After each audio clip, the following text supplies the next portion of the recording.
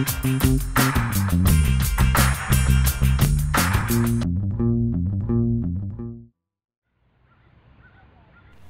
the old parking lot completely cleared and most of the debris removal complete from the main area, cleanup at the old Victor Mill site in Greer shifted to building demolition on Wednesday.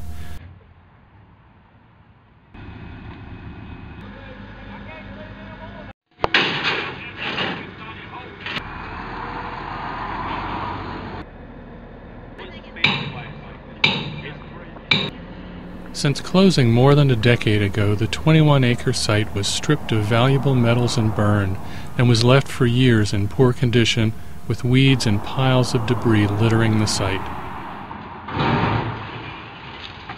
With State Representative Harold Mitchell and Spartanburg County Councilwoman Jane Hall watching, a track excavator was assembled on site Wednesday and began knocking down the first of the remaining brick structures.